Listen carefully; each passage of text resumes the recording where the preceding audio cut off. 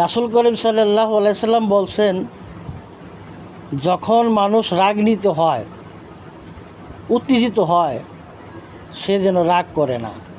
তার রাগ নিয়ন্ত্রণের জন্যে সে যেন মাটিতে সেজদায় পড়ে যায়। তারপরেও যদি সে রাগ নিয়ন্ত্রণ না করতে পারে, সে যেন মাটিতে গড়াগড়ি খায়।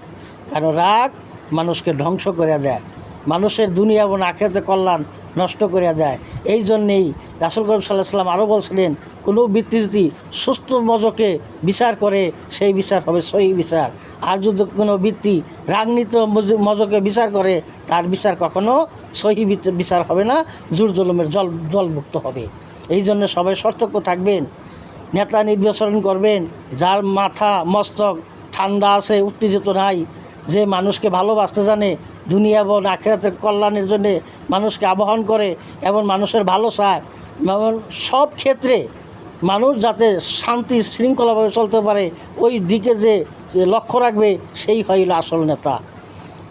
সে যেই হোক, আমি কোনো দল বলছি না, সে গ্রামের নেতা হোক, সে এলাকার নেতা হোক, সে মন্ত্রী মিনিস্টার হোক, সে প্রধানমন্ত্রী হোক, যেই হোক, তাকে মাথা মস্তক ঠান্ডা রাখতে হবে।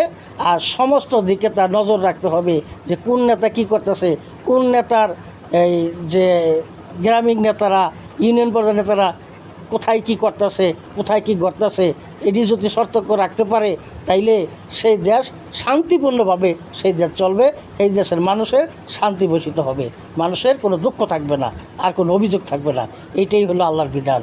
কথাটা শেয়ার করে দিবেন। ধন্যবাদ সবাইকে।